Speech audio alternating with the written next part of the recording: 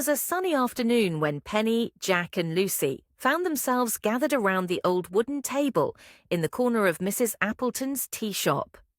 The smell of freshly baked scones and brewing tea filled the air, and the little brass bell above the door tinkled every time a new customer entered. The three friends had just finished their usual afternoon tea and were getting ready to leave when something strange happened. "Shh! Did you hear that?" Jack whispered suddenly, his eyes widening. Penny and Lucy looked at him, puzzled. "Hear what?" Lucy asked, her voice full of curiosity. "There it is again," Jack said, leaning closer to a small teacup sitting on the table. "It's coming from this teacup." Penny and Lucy stared at the cup, which was decorated with tiny pink roses and gold trim. It looked quite ordinary, but as Jack gently tapped the side of the cup, a soft voice suddenly echoed from within. "Psst, are you there?" the voice whispered. All three children jumped back in surprise, their eyes as wide as saucers. Did it just speak?" Penny asked in a hushed voice. "I'm sure it did," Jack exclaimed. "But how?" "Teacups don't talk." Lucy, always the brave one, reached out and carefully picked up the teacup. She held it up to her ear, her heart pounding with excitement. "Hello," she called softly. To their astonishment, the teacup replied in a low, cheerful voice, "Oh, thank goodness you can hear me. I've been stuck in this shop for ages trying to get someone's attention." The children gasped in astonishment. "This is amazing," Penny said, her eyes sparkling. "A talking teacup. But how is this possible?" The teacup sighed, its porcelain rim slightly trembling. "It's a long story, but I'll tell you everything. My name is Teely, and I've been here for as long as I can remember. Mrs. Appleton found me in an old cupboard and placed me on the table, but I'm not just any teacup. I was once a magical teacup, enchanted long ago by a kind sorcerer.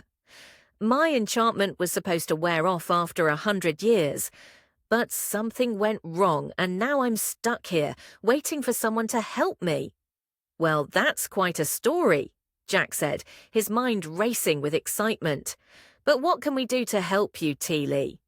Teely's tiny voice became soft and mysterious.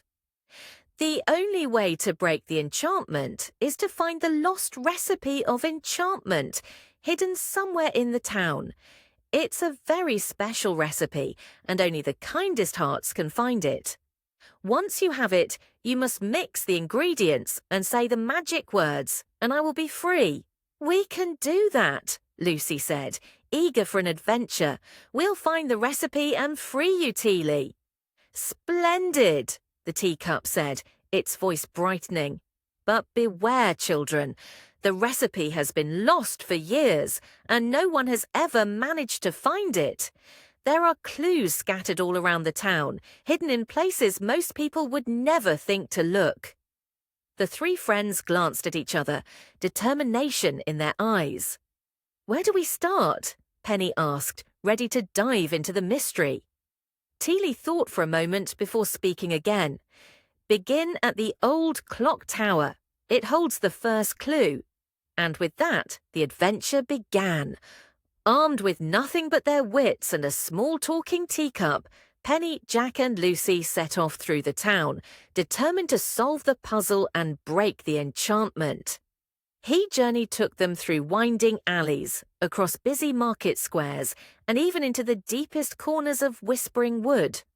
Along the way, they met all kinds of curious characters, like the kindly old Mr. Pindle, who gave them a riddle to solve, and Molly the cat, who guided them to a hidden door in a stone wall.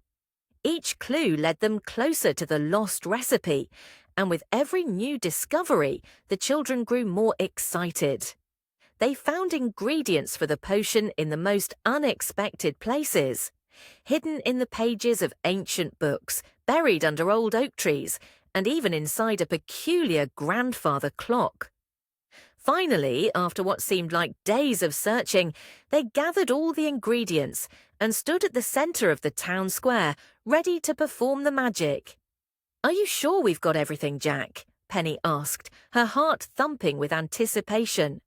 "I'm certain," Jack replied, holding up the last ingredient, a tiny silver spoon. "Let's do it."